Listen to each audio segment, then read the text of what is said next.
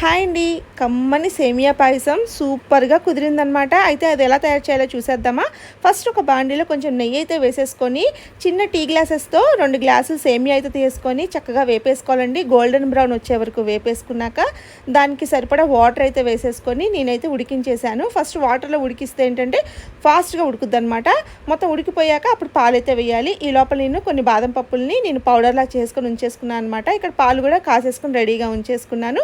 చక్కగా ఈ విధంగా నేను ఉడికించేసుకున్న వాటర్లో తర్వాత నేను పాలైతే పోసేసాను. ఆ తర్వాత మనం గ్రైండ్ చేసుకున్న బాదం పౌడరు అలాగే షుగర్ కూడా. షుగర్ ఏంటంటే ఒక హాఫ్ టీ గ్లాస్ అయితే తీసేసుకున్నాను. మొత్తం ఈ విధంగా మిక్స్ అయ్యేలాగా కలిపేసుకొని కొంచెం చల్లారనివ్వాలండి. చల్లారాక సర్వ్ చేసుకోవడమేనండి. చాలా బాగుంటుంది. ఈజీగా చేసుకోవచ్చు అనమాట. నాకు కానీ మా పిల్లలకి కానీ చాలా ఇష్టం. నేను ఎవ్రీ సండే చేస్తూ ఉంటానన్నమాట ఈ విధంగా ఈవినింగ్ టైంలో. సో వీడియో నచ్చిందా? నచ్చితే తప్పకుండా ఒక లైక్ అయితే చేయండి. అలాగే సబ్స్క్రైబ్ చేసుకోండి మన ఛానల్ని. Thanks for watching.